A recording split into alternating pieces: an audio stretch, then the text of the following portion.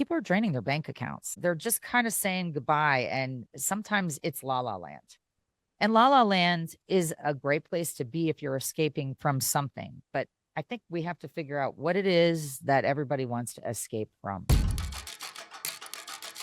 Welcome to another episode of Girls Gone Gritty. It is Thursday, June 4th, and it's a special day in my household and across the world because many people share birthdays. My son is turning 17 today, and he is getting his license. That is very My exciting. last boy getting his driver's license. There's nothing more empowering than getting behind the wheel of a car, and he has been so excited and patient because he's a young junior. He's the last one, not only of our household, but of his friend group to get a license. And it's my nephew's birthday, and he's also 17 today and looking for a car. I have a lot of Geminis under my roof. I'm looking forward to Mackenzie Boyle coming back from Australia. Her birthday is June 7th.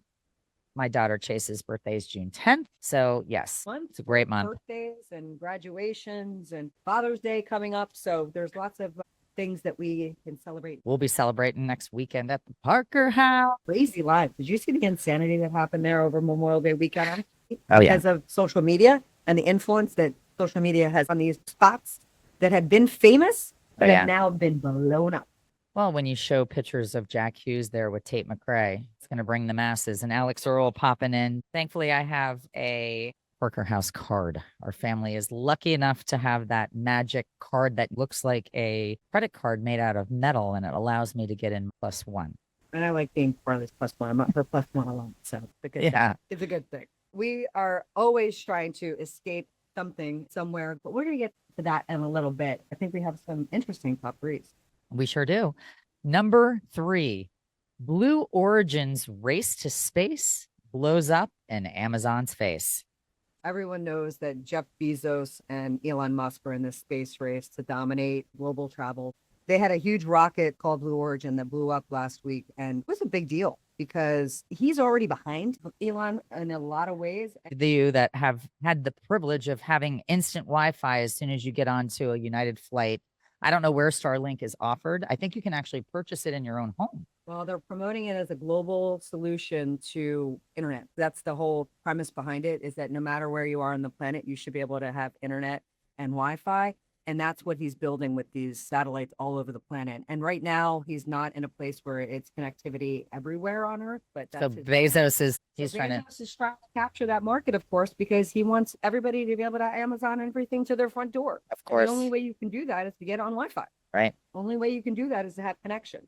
We'll post the universe has spoken with that rocket blowing up, maybe. I think it's crazy. And we're going to post a picture from 2019. And according to estimates, it's gone up 4-fold. And I'm going to try and find a current photo of it, of satellites that are encompassing the low orbit is insanity. If you've seen the movie WALL-E, which I reference all the time, it's literally WALL-E status. It looks like 100 million fireflies outside of the hemisphere of the world from space. Yeah. It's wild. Oh, and if you live near Cape Canaveral and any of the debris washes up on shore, do not touch it. Radioactive? It's radioactive. This explosion created debris. It's all over the place. So anything that you're not sure, don't touch it at the beach. It's not a treasure. Not a treasure. Okay, number 2, Rotten Tomatoes. We are not the leading producer of tomatoes. Mexico is, and prices are soaring in the northbound of 40%. To be honest, I need to pay more attention because I'm a tomato lover. I grew up with Jersey tomatoes, and I think they're the best. I didn't realize we weren't the leading producer here in the state. I grew up in Florida and had a fresh produce market, and we pulled them in from Ellington, Palmetto, and Ruskin. So I thought the U.S. produced the majority of our tomatoes. Yeah. Part of the issue has been the tariffs and the trade war with Mexico, and those prices have gone up. And I guess we don't have the infrastructure yet to produce the volumes of tomatoes that we know and love, because tomatoes are in everything. I know we import Roma tomatoes and delicious tomatoes from Italy for our sauces, and it would make sense that we import tomatoes from Mexico for our salsa. Recognizing that the prices have ticked up, I didn't recognize that. Is our ketchup more expensive? Is tomato sauce and cans more expensive? Obviously, the price of gas is factored into everything. So part of the war, inflation, and the oil, and all of it. But I'm not aware that I was paying 40% more. So I need to be paying attention to what my grocery bill is. I know it's a lot, but I do have food. So I agreed. Number 1, I'm excited about this. Disclosure Day takes us back to the movies. Thanks, Steven Spielberg. We can't wait for June 12th. Okay, so we talked about this. Our nostalgia is up. We've always like reminisced about how fun it was, and I remember going to the movies as a kid and watching things like E.T., Oh, yeah. The Temple of Close Doom, Encounters all of the First Kind. Yes, I mean he has so many things. AI, artificial intelligence came out in 2001 by Spielberg. Well, this is a new movie about aliens. Yep. That they have it cover up. It feels very close to home with what we're talking about with the aliens and the release of these files that have been in the coffers of the Pentagon and NASA for decades, they say. But going and seeing a movie and being disconnected and not being on your device while you're sitting there Falling asleep on your couch. It's a reason to go do something with whoever you're inviting to go with you. It can be a family affair, girls' night out. It can be a date. I love a date night where you went to the movies with your boyfriend and got excited about your legs touching in a seat. Maybe it was your first date, or holding hands, or having him put his arm around you. It's a wonderful tradition that's been lost. And we are going to this movie in person. Yes, and you're invited. We'd like to invite you. June 12th is the release date. And if you're interested in going, we're going to figure out a time and a place that we're going to go. We're going to put it for Monmouth County listeners. Yes. And even if you don't live in Monmouth County, anyone, you go and then we share our experience on this movie. Let's take it back to the movie theaters. Let's go back in time and do some quality things together that get you out of the house and you have an experience. Yeah. And that leads us to our episode. Going to the movies is a bit of escapism because you're taken out of your current life and you get to be someplace else. It transports you to another place, space, and time. And that's what movies can do for us. So escapism is what we're going to talk about today. The escapism that is happening in our social media presence and looking at these influencers that are taking themselves to places across the globe and sitting in your living room and thinking, my God, it would be so great to give up my life today and go do that. Can I go be an influencer? And what's that impact have on your day-to-day life? I have a child that's doing that.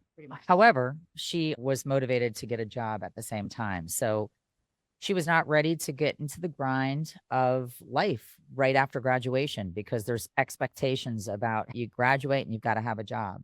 She was offered a job, but she didn't want to take that job because it involved a reverse commute and it was living in New York City and going to Connecticut. And she had a COVID year her freshman year. She blew out her ACL her senior year, and she just wasn't ready. And I listened to her and allowed her to have an experience that you couldn't put a price tag on. Now, as far as influencing is concerned, she's somebody that has a great eye and can make you want to be where she is or make you want to do what she's doing.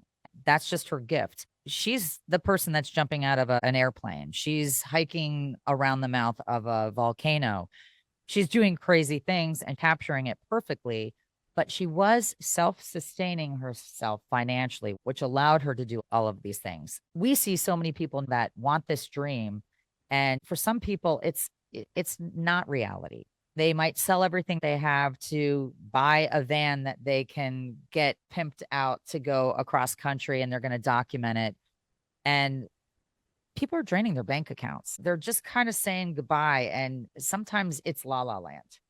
And La La Land is a great place to be if you're escaping from something. But I think we have to figure out what it is that everybody wants to escape from. I look at it where you recognize that you're getting on a hamster wheel once you've accepted this type of existence that we live in. Once you've accepted the fact that you raise children, you get your children to a place where they sustain themselves and they go get a job and then they raise the children. And it does feel like it's a copy of what was replicated before. And because of the window of social media and the influencer eye, people can see the fact that you don't have to live in a specific way in which we did.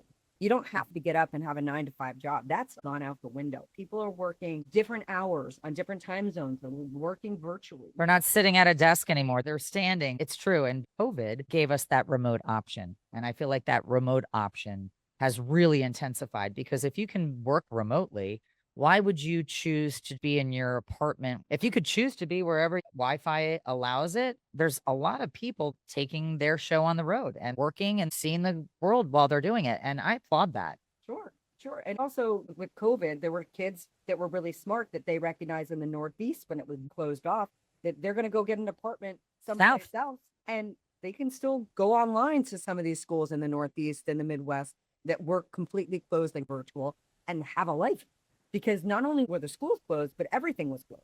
Yeah. So it was a way of life that opened up to them. And I think that's part of what's happened with this escapism movement, where the work-life balance has gotten to be a bit more balanced in your day-to-day, where I can take a work call intersected with a personal call, going out for a run in the middle of my day and have that all work. I do think that reduces the need for escapism for a lot of people. But I also think that a lot of people have decided, I don't need to get on a ferry and go into New York City or a train or get in a car and spend 2 hours on my commute.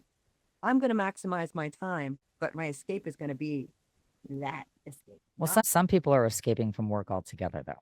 The work ethic of America is declining, and they're looking for a get-rich-quick scam or a way that you can make money really quickly. And unfortunately, the majority of the time, you got to roll up your sleeves and you've got to work, truly work. And I just don't see the work ethic happening in this younger generation the way it was impressed upon us, even from having a job as soon as I was able to babysit, have a newspaper route, whatever it was, you knew that you had to contribute. You knew you had to make money. I had to make my spending money. So I was going to work so that I had spending money.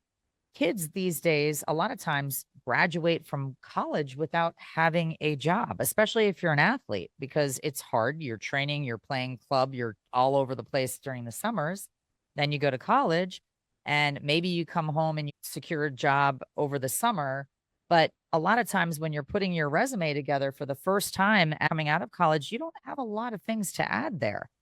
Yeah. I think that it's multiplied, not only that people see the influencers and think they're making this boatload of money. And from the stats, it's again the bell curve. There's a small percentage of people that are really killing it financially. Yep. And there's a whole bunch of people in the middle that are trying to get the influencer piece, but it's smoke and mirrors where their life looks fantastic. They're putting everything on a platform that you Yeah. consume and it looks really pretty, but they might not make a dime or they're just pulling in product but not getting money behind that product. But when I was working for the Wave, we did things with influencers, and this is going back 10 years ago. The influencers would come and they would have all expenses paid, but not be paid anything. So it's great if you want to live a lifestyle of being able to go and see things, but you may not have a dollar in your bank account at the end of the day. So if that dries up, where's your safety net? I guess is the real question. And that's the part about escapism that is interesting for the people that are on the opposite side of that, where you have the 9 to 5 job, you've got some money in the bank account, you're on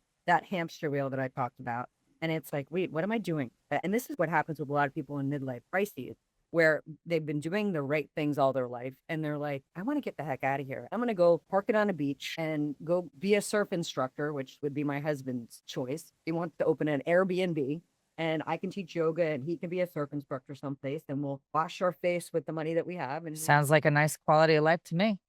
there is nothing wrong with that, except for the fact that you give up living where your kids live. It's a very challenging thing to do when you want the life that your parents have. My parents come to all my kids' games and they're present for holidays and vacations and things like that. There's all kinds of escapism. You look at AI and the fact that you can do these virtual reality type experiences that take you out of your mind frame, and you can even write the story that you want to lead and become the main character in some of these AI programs. And then you've got gamers that completely eliminate the outside world and they're living in a fantasy or they're conquering worlds and they're the hero. There's several different forms of escapism. It's not just packing up and trying to go be an influencer. Which reminds me of, if you haven't seen another Spielberg movie, Ready Player One is exactly that. It's a crazy movie that takes you as a gamer into this virtual world where you can create whatever you want. I'm not going to spoil it. You need to watch that one because it's exactly that. And in today's modern society of pressure and feeling like you need to keep up and feeling like you get to see how fabulous everybody else's life is, imagining yourself outside of the world that you live in sounds fantastic. There are days when I feel like I wake up and it's Groundhog Day and it would be great to get on an airplane all by myself and go to like a remote, not know anybody, and just disappear for a little while. And I think that's not unique to me. I think a lot of people can wake up feeling that way. And I think that's okay. There are people that all of a sudden, Pack it up. dad or mom decide, I don't want this life anymore. Peace out, people. I'm out. I'm going to read the definition of escapism. It's the psychological tendency to distract oneself from the stress, boredom, or unpleasant realities of daily life through imagination, entertainment, or altered states of mind. It acts as a mental break, but the effects depend heavily on how it is practiced. So there's healthy escapism, and then there's unhealthy escapism. Healthy escapism, an example, could be reading a book, exercising, journaling, playing a video game, watching a movie, as we just said. And the benefits of that are lowering your cortisol, it sparks creativity, and it provides necessary perspectives. Unhealthy escapism examples are compulsive social media scrolling, chronic overworking, substance abuse, or excessive gambling. And the consequences, it could create financial problems, worsen anxiety, and damage relationships.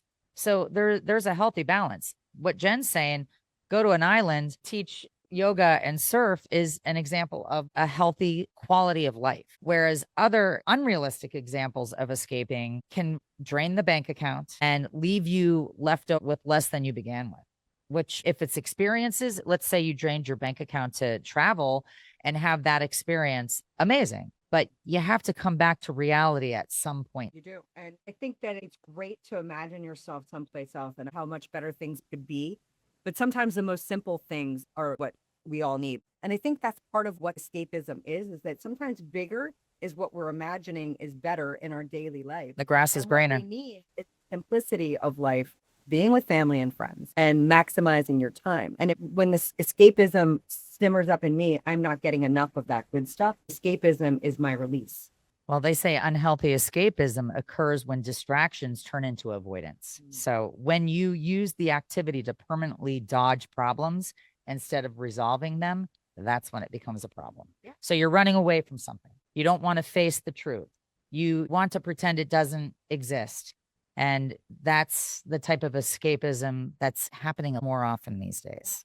So I think that the escapism that you mentioned, all those unhealthy ones, are just so much more accessible. We had an episode on it, gambling, gaming online. Back in the day, you would have to physically go to Atlantic City or find a place where you could gamble. And now it's at the touch of your finger. Right. The only way to escape is to go out into the wild and have absolutely no contact with technology and unplug. Yeah.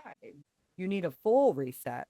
And the tech piece is enabling some of the things that are your negative escapisms to continue, like social media scroll. Like, but that while you're trying to reset and restore on an escape trip. There's a fine line between escapism and being lonely or having depression. And that's going to be our next episode. We're going to dive headfirst into the difference and how to recognize when they become problematic. You can escape because you're lonely. People escape because they don't have somebody or they've retreated from reality on some level. And now the reentry is very hard. Some people don't recognize that they have social problems, and that becomes an issue. We're going to bring on a therapist that is going to help us recognize when it's a problem. The reality is that loneliness is an epidemic created out of two events that we talk about all the time. COVID cannot be underestimated as the impact that it had on a lot of people developing social skills. And the technology piece that got amplified because of COVID only exacerbated that issue. Which makes me think it was created. The more I think about it, the fallout is hitting everybody with shrapnel, whether you recognize it or not.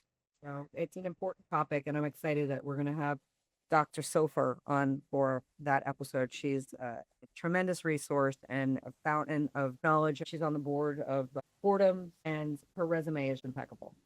And that is going to bring us to a very important Got Grit Award recipient. It is a person that's anonymous, and it's also a place that has become a safe zone for people. There was a cashier at a grocery store, and she works the night shift. And her night shift is anywhere from 10 p.m. to 6 a.m. And around 3 a.m., she would see insomniacs, night workers, and people that are avoiding empty homes.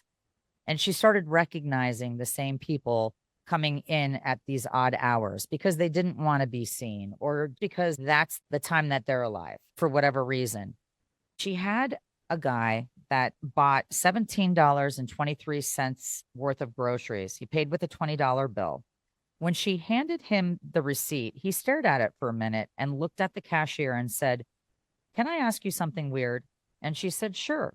He said, "Can you write something on this receipt? Anything.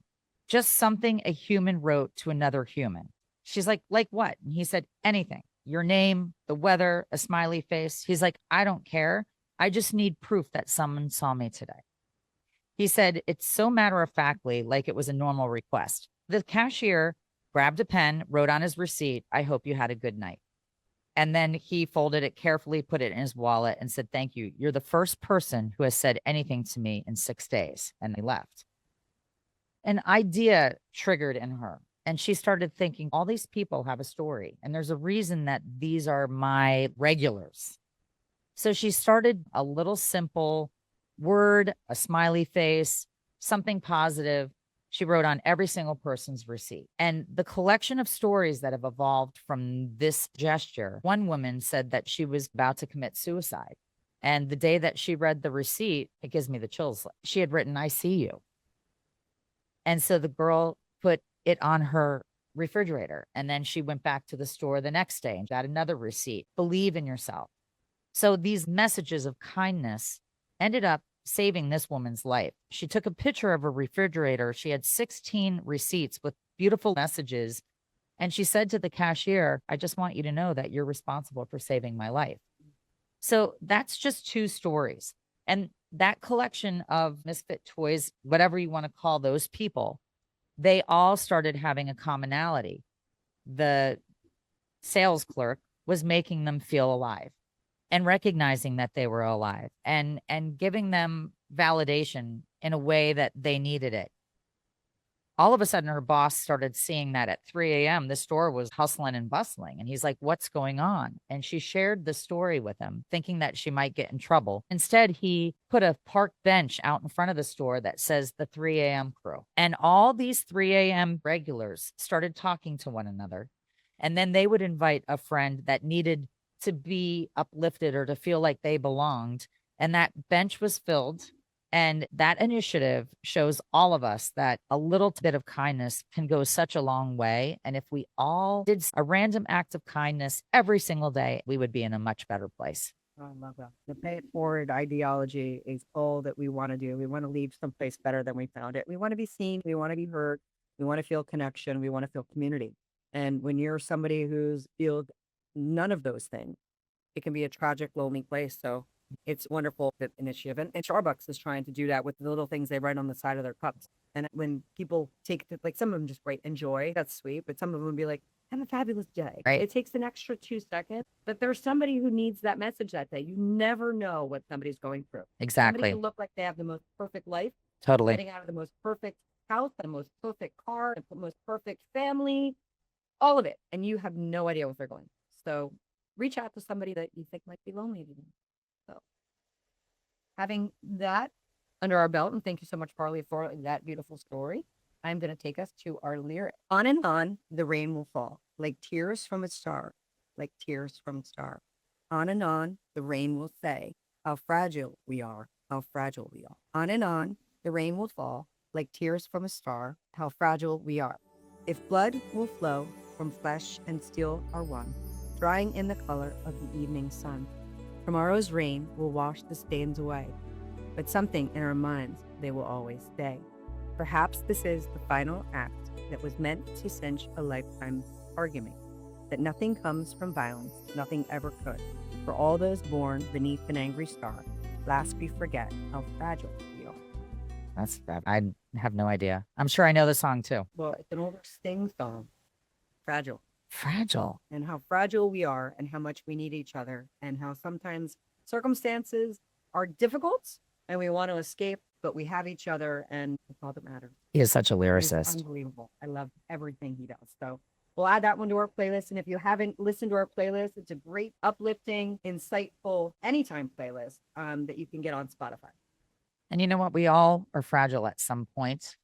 And that's when a random act of kindness could change fragility into strength. We hope that you are connecting with somebody who needs it, escaping if you need to with something that's positive, putting the Steven Spielberg movie on Disclosure Day on June 12th on your calendar, and maybe we'll see you in the movie theaters. Escape outdoors. See you Thursday.